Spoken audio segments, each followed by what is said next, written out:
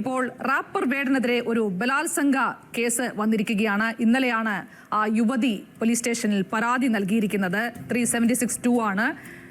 2021 August മുതൽ 2023 March വരെയുള്ള കാലയളവിൽ പല സ്ഥലങ്ങളിലായി കൊണ്ടുപോയി തന്നെ പീഡിപ്പിച്ചു, വിവാഹ വാഗ്ദാനം നൽകി എന്നുള്ളതാണ്.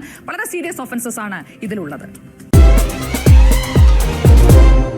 ഹലോ ആൻഡ് ഹായ് എവരിവൺ, നമസ്കാരം and welcome to reaction by Chullikkal. കുറെ നാൾക്ക് ശേഷം വേടനെ കുറിച്ചുള്ള വാർത്ത വീണ്ടും ചർച്ച ചെയ്യപ്പെടുകയാണ്. ഈ വാർത്ത മുന്നേ ചർച്ച ചെയ്യപ്പെടുന്നുണ്ട്. ഈ സംഭവമായിട്ട് ബന്ധപ്പെട്ടാണ് വേടൻ പണ്ട് മാപ്പ് പറഞ്ഞിട്ടുള്ളത്. അതേ സംഭവം തന്നെയാണ് ഇപ്പോൾ ഒഫീഷ്യലി കേസായിട്ട് ഫയൽ ചെയ്തിരിക്കുന്നത്. വിവാഹ വാഗ്ദാനം നൽകി ബലാത്സംഗം ചെയ്തു പീഡിപ്പിച്ചു എന്നുള്ളതാണ് കേസ്. ബലാത്സംഗ കുറ്റത്തിന് കേസെടുത്തിരിക്കുന്നതെന്നാണ് വാർത്തയിൽ നിന്ന് മനസ്സിലാവുന്നത്. ഈ സാഹചര്യമാണ് നമ്മൾ വിലയിരുത്തുന്നത് റിയാക്ഷൻ വേണ്ടി. അതേപോലെ തന്നെ വേടന്റെ അടുത്ത് നിൽക്കുന്ന ആളുകൾ ഇന്ന് രാവിലെ റിപ്പോർട്ടർ ടിവിയിലെ മോർണിംഗ് ഷോ ഉണ്ടല്ലോ, കോഫി വിത്ത് അരുൺ കുമാർ അങ്ങനെ എന്തോ പറഞ്ഞൊരു മോർണിംഗ് ഷോ ഉണ്ടല്ലോ, ആ മോർണിംഗ് ഷോയിൽ ഒരു റിപ്പോർട്ടർ പറഞ്ഞത് ഇതൊരു ഗൂഢാലോചനയുടെ ഭാഗമായിട്ട് നടക്കുന്നതാണ്. അതുമായിട്ട് ബന്ധപ്പെട്ട് ചില കോളുകൾ, വാട്സപ്പ് കോളുകൾ, ഭീഷണി സന്ദേശങ്ങളൊക്കെ ഉണ്ട് വേടന്റെ കയ്യിൽ. അത് ഉടനെ പുറത്തുവിടുമെന്ന് പറഞ്ഞിട്ടുണ്ട്. പക്ഷെ ഇതുവരെ ഈ റിയാക്ഷൻ വീഡിയോ ചെയ്യുന്ന സമയം വരെയും അത് വന്നതായിട്ടുള്ള വാർത്ത കണ്ടിട്ടില്ല.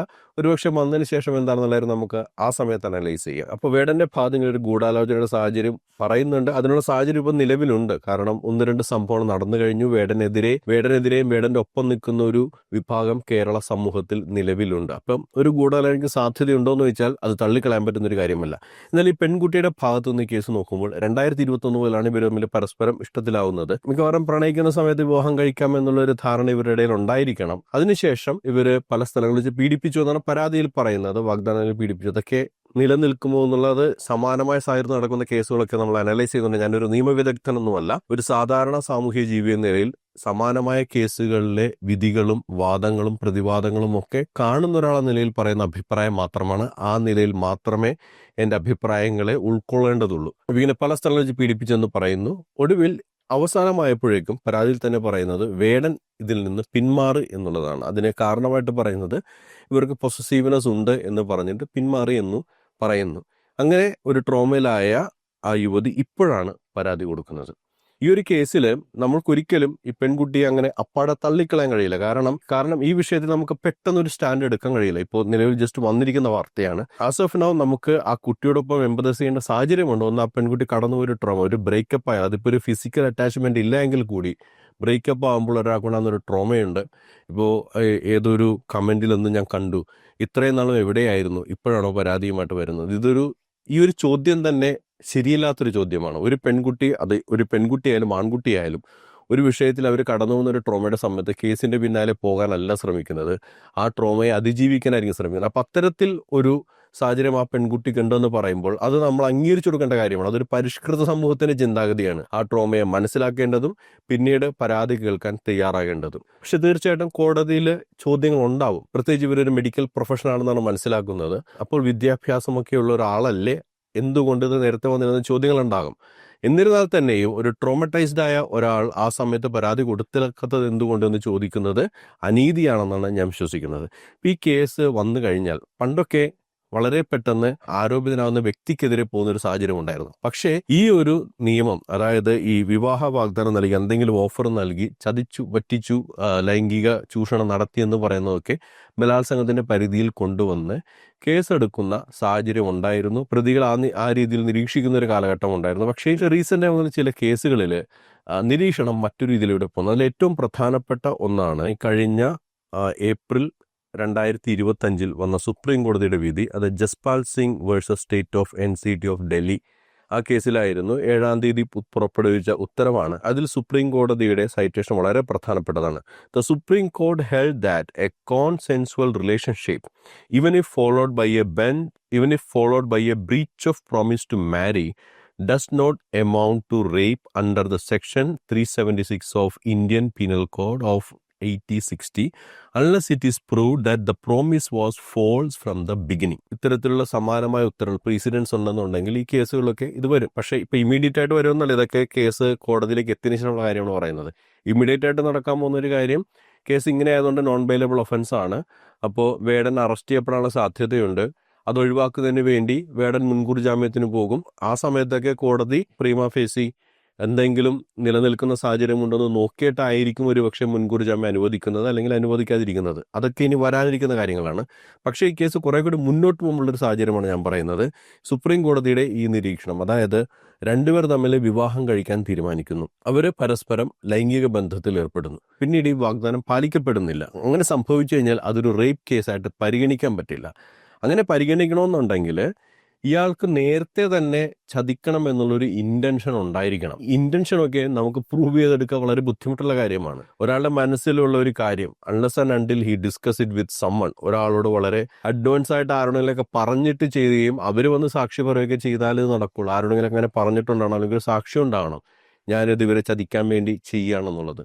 അല്ലാതെ ഒരാളുടെ ഉള്ളിലിരിക്കുന്ന കാര്യം പ്രൂവ് ചെയ്തെടുക്കുക അത്ര എളുപ്പമല്ല. ഇപ്പൊ നേരത്തെ പറഞ്ഞതുപോലെ സുപ്രീം കോടതി പറയുന്നത് വിവാഹം കഴിക്കാൻ വാഗ്ദാനം നൽകി അതിനുശേഷം ഒരു കോൺസെൻസുവൽ സെക്സിൽ ഏർപ്പെട്ടു എന്നുള്ളത് പിന്നീട് റേപ്പായിട്ട് പരിഗണിക്കാൻ പറ്റില്ല. അപ്പോൾ ഈ കോൺസെൻസുസ് എന്ന് പറയുന്ന ഒരു കാര്യം, അതായത് പെൺകുട്ടിയുടെ കൺസെന്റ് ഉണ്ടോ എന്നുള്ള കാര്യം പരിഗണിക്കപ്പെടും. അങ്ങനെ പരിഗണിക്കപ്പെടുന്നതിനകത്ത് വേടന് കുറച്ച് ബുദ്ധിമുട്ടായിരിക്കും കൺസെന്റ് ഉണ്ടെന്നുള്ള കാര്യം തെളിയിക്കുക. അത് കുറച്ച് സാഹചര്യങ്ങളുണ്ട്. ഒന്ന് കൺസെന്റ് നൽകാൻ കഴിയുന്ന ഫിസിക്കലായിട്ടുള്ള, മെന്റലായിട്ടുള്ള, അതേപോലെ പ്രായപൂർത്തിയായിട്ടുള്ള സാഹചര്യമുണ്ട്. 18 വയസ്സിന് താഴെയുള്ള ഒരു പെൺകുട്ടിയാണെങ്കിൽ ആ കൺസെന്റ് എന്ന് പറയുന്ന നേരം നൽകാനുള്ള പ്രായമല്ല, സ്വാഭാവികമായിട്ട് അവിടെ കൺസെന്റ് ഇല്ലാതെ നടന്ന ഒരു ബന്ധമായിട്ടായിരിക്കും പരിഗണിക്കപ്പെടുക. പിന്നെ അതുപോലെ മാനസികമായിട്ട് എന്തെങ്കിലും പ്രശ്നമുള്ളൊരു വ്യക്തിയാണെന്നുണ്ടെങ്കിൽ അവരും കൺസെന്റ് നൽകാൻ കഴിയുന്ന ഒരു സാഹചര്യത്തിലല്ല. പിന്നെ അതേപോലെ തന്നെ ഫിസിക്കലായിട്ടുള്ള ചില പ്രശ്നങ്ങൾ, ഒരു പക്ഷേ ആ സമയത്ത് മദ്യം കഴിച്ചിട്ടുണ്ടാകുമോ, മയക്കുമരുന്ന് കഴിച്ചിട്ടുണ്ടോ, അല്ലെങ്കിൽ ഫിസിക്കലി എന്തെങ്കിലും ചാലഞ്ചഡ് ആയിരിക്കുന്ന ഒരു സമയത്താണ് നടന്നിരിക്കുന്നത്. ഇതെല്ലാം ഈ കൺസെന്റിന്റെ ഭാഗത്ത് പരിഗണിക്കപ്പെടും. ഇനി വേടന്റെ ഭാഗത്തു നിന്ന് വേടന്റെ കൂടെ നിൽക്കുന്ന ആളുകൾ പറയുന്നത് ഇതൊരു ഗൂഢാലോചനയുടെ ഭാഗമാണ്, ഇതിനു മുന്നേ ചില ഫോൺ കോളുകളോ മെസ്സേജൊക്കെ ഉണ്ടായിട്ടുണ്ടെന്ന് പറയുന്നത് അവർ പുറത്തുവിടുന്നു പറയുന്നു. ഈ ഗൂഢാലോചനയ്ക്കുള്ള സാഹചര്യം ഉണ്ടോയെന്ന് വെച്ചാൽ തീർച്ചയായിട്ടും ഉണ്ട്. കാരണം വേടന്റെ പാട്ട് കേരളത്തിൽ 2 രീതിയിലുള്ള ഒരു സമൂഹത്തെ ഉണ്ടാക്കിയിട്ടുണ്ട്. ഒന്ന്, വേടന്റെ പാട്ടുകൾ ഇഷ്ടപ്പെടുന്നവർ, അതിൽ വേടൻ പറയുന്ന രാഷ്ട്രീയ സാമൂഹിക സാഹചര്യങ്ങൾ ശരിയാണെന്ന് പറയുന്നവർ, അതിനെ പിന്തുണയ്ക്കുന്നവർ. മറുവശത്ത് വേടന്റെ പാട്ടുകളെക്കാൾ കൂടുതൽ വേടൻ പാട്ടിലൂടെ മുന്നോട്ട് വെക്കുന്ന ആശയം അവർ തങ്ങൾക്കെതിരാണെന്ന് വിചാരിക്കുന്നവരുണ്ട്. മാത്രമല്ല, ഒരു കഞ്ചാവ് കേസിന്റെ പ്രശ്നം മുന്നിൽ നിൽക്കുന്നു, പുലിനകത്തിന്റെ വിഷയം മുന്നിൽ നിൽക്കുന്നു. ഇതെല്ലാം നിൽക്കുന്ന സമയത്തൊക്കെ ഈ വേടന്റെ പാട്ടുകൾ തന്നെയാണ് അവരുടെ പ്രശ്നമെന്ന് ഞാൻ വിചാരിച്ചിരിക്കുന്നത്. അത്തരത്തിലുള്ളപ്പോൾ ഈ ഒരു സാഹചര്യം വേടനെതിരെ പ്രയോഗിക്കാം, ഒരു ഗൂഢാലോചന നടത്താനുള്ള ഒരു സാഹചര്യം ഇവിടെ നിലനിൽക്കുന്നുണ്ട്. ഇപ്പം ഞാൻ ആ വാർത്തയുടെ അടിയിലൂടെ പോകുമ്പോൾ കണ്ട പ്രധാനപ്പെട്ട കാര്യം കുറെ കമന്റുകളാണ്. അത് വേടന്റെ പാട്ട് സിലബസിൽ ഉൾപ്പെടുത്തിയോണ്ട് ബന്ധപ്പെട്ട കാര്യമാണ്. അതിനെതിരെ പരാതി പോയിട്ടുണ്ട്. ഇപ്പം എനിക്കറിയില്ല, ഇടക്കത് പരിഗണിക്കില്ല എന്ന് പറഞ്ഞ് പിന്നെ പറഞ്ഞത് സിലബസിൽ ഉൾപ്പെടുത്തും എന്നൊക്കെ പറയുന്ന ചർച്ച നടക്കുന്നുണ്ട്. അപ്പോൾ അവിടെയും ഈ കാര്യമാണ് എടുത്ത് പറയുന്നത്. വേടന്റെ ഇതും കൂടെ എടുത്ത് സിലബസിൽ ഉൾപ്പെടുത്തുന്നുണ്ടോ എന്നുള്ള ചോദ്യം ചോദിക്കുന്നുണ്ട്. സത്യത്തിൽ ഉൾപ്പെടുത്തണം എന്നുള്ളതാണ് ഞാൻ പറയുന്നത്. ഇങ്ങനെയുള്ള കേസുകൾ കൂടെ സിലബസിൽ ഉൾപ്പെടുത്തണം. കുട്ടികൾ പഠിക്കണം ഈ കാര്യങ്ങൾ. സാമൂഹ്യ സാഹചര്യങ്ങൾ ഇത്തരം കേസുകളൊക്കെ നടക്കുന്നുണ്ട്, നമ്മൾ പഠിക്കണം. അല്ലാതെ നമ്മൾ ചരിത്രം മാത്രം പഠിച്ചുകൊണ്ടല്ല വരണ്ട. ചരിത്രം പഠിക്കേണ്ടതെന്നല്ല, ചരിത്രം വായിക്കപ്പെടേണ്ടതാണ്, പഠിക്കപ്പെടേണ്ടതാണ്, മനസ്സിലാക്കപ്പെടേണ്ടതാണ്. പക്ഷേ നിലവിലെ സാമൂഹ്യ സാഹചര്യങ്ങൾ, നമ്മളുടെ ഭരണഘടന, നമ്മളുടെ നിയമ സംവിധാനം, ഇതിനെക്കുറിച്ചൊക്കെ വളരെ ചുരുങ്ങിയ നോളേജേ കുട്ടികൾക്ക് ലഭിക്കുന്നുള്ളൂ. എന്തായാലും നമുക്കിപ്പോൾ ഇതിനകത്തൊരു കൺക്ലൂഷൻ പറയാൻ കഴിയില്ല ആരുടെ ഭാഗത്താണ് തെറ്റെന്നുള്ളത്. നേരത്തെ പറഞ്ഞ പോലെ ഒരാൾ ബ്രേക്കപ്പ് ആകുമ്പോൾ അത് ബ്രേക്കപ്പ് ആവുന്നത് നല്ലതാണെന്ന് വിചാരിക്കുന്ന ആളാണ് ഞാൻ. രണ്ടുപേർക്ക് ഒത്തുപോകാൻ തോന്നിയില്ലെങ്കിൽ, അല്ലെങ്കിൽ ഒരാൾക്ക് ഒത്തുപോകാൻ പറ്റില്ല എന്ന് തോന്നുകയാണെന്നുണ്ടെങ്കിൽ ബ്രേക്കപ്പ് ആകുക എന്നുള്ളതാണ് പ്രധാനപ്പെട്ട കാര്യം. അത് വിവാഹ ജീവിതത്തിലാണെങ്കിലും പ്രണയത്തിലാണെന്നുണ്ടെങ്കിലും ഒരുമിച്ച് പോകാൻ പറ്റാത്തവർ തമ്മിൽ അങ്ങോട്ടും ഇങ്ങോട്ടും പിരിഞ്ഞു പോകുന്നതാണ് നല്ലത്. പിന്നെ ഈ വൺ സൈഡ് പോകുമ്പോഴേക്കും തീർച്ചയായിട്ടും മറ്റേ ആ ബുദ്ധിമുട്ടിലെത്തും. ഇനി അല്ലാതെ പോയാലും പറയുന്നതൊക്കെ ഉണ്ടാകും. ഫിസിക്കൽ റിലേഷൻഷിപ്പ് ഉള്ളപ്പോൾ കാര്യം പറയുന്നു, ഫിസിക്കൽ റിലേഷൻഷിപ്പ് ഇല്ലാതെ പോയപ്പോഴും ട്രോമറ്റൈസ്ഡ് ആയിട്ടുള്ള സാഹചര്യമുണ്ട്. എനിക്ക് പേഴ്സണലി അങ്ങനെ ഒരു അവസ്ഥ ഉണ്ടായിട്ടുണ്ട്. അപ്പോൾ അതുകൊണ്ട് ഇങ്ങനെ ഒരു മനോവേദന ഉണ്ടാകാനായിട്ട് ഫിസിക്കൽ റിലേഷൻഷിപ്പ് വേണമെന്ന് തന്നെ ഇല്ല. അപ്പം നമുക്കിപ്പോൾ ഈ ഒരു സാഹചര്യത്തിൽ വേടനാണോ ശരി അല്ലെങ്കിൽ ഈ യുവതിയാണോ ശരി എന്ന് പറയാൻ കഴിയില്ല. ഇനി വരും ദിവസങ്ങളിൽ നമുക്കിത് കുറെ കൂടി അനലൈസ് ചെയ്ത് വരുമ്പോൾ മനസ്സിലാകും. പോലീസ് കേസുമായിട്ട് മുന്നോട്ട് പോകുന്നു വിചാരിക്കുന്നു. ചിലപ്പോൾ അടുത്ത നടപടി എന്ന് പറയുന്നത് വേടൻ മുൻകൂർ ജാമ്യാപേക്ഷയുമായിട്ട് മുന്നോട്ട് പോകുന്നതായിരിക്കും. ഇത്രയും കേട്ടതിൽ നിന്ന് എന്താണ് നിങ്ങൾക്ക് നിങ്ങളുടെ ഭാഗത്തു നിന്ന് പറയാനുള്ളത്? അത് കമൻ്റായിട്ട് രേഖപ്പെടുത്തുക. മറ്റൊരു പ്രതികരണം നമുക്ക് വീണ്ടും കണ്ടുമുട്ടാം. അതുവരെയും ബൈ ബൈ, ടേക്ക് കെയർ.